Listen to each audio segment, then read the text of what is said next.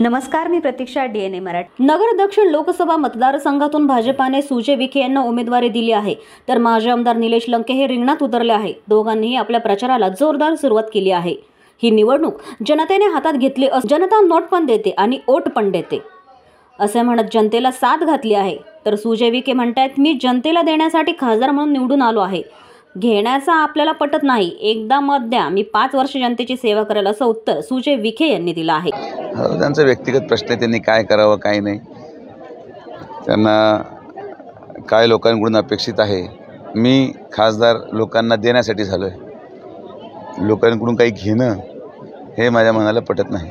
मला फक्त लोकांनी मतदान द्यावं, मग आयुष्यभर त्यांची सेवा करायची जबाबदारी माझी। हेच राजनैतिक धर्म आहे आणि तोच लोकतांत्रिक धर्म आम्ही पाळतो। बघा ना, हे 100 रुपये दिले। आमची एक वयस्कर आजी होती, त्याचे संजय गांधी निराधारची पेन्शन जमा झालेली होती, ते 500 रुपये तिने दिलेले। म्हणजे इतक्या गोरगरिबांनी त्या ठिकाणी निवडणुकीला पैसे दिले, काही शेतकऱ्यांनी पैसे दिले, काही शाळकरी मुलांनी पैसे दिले।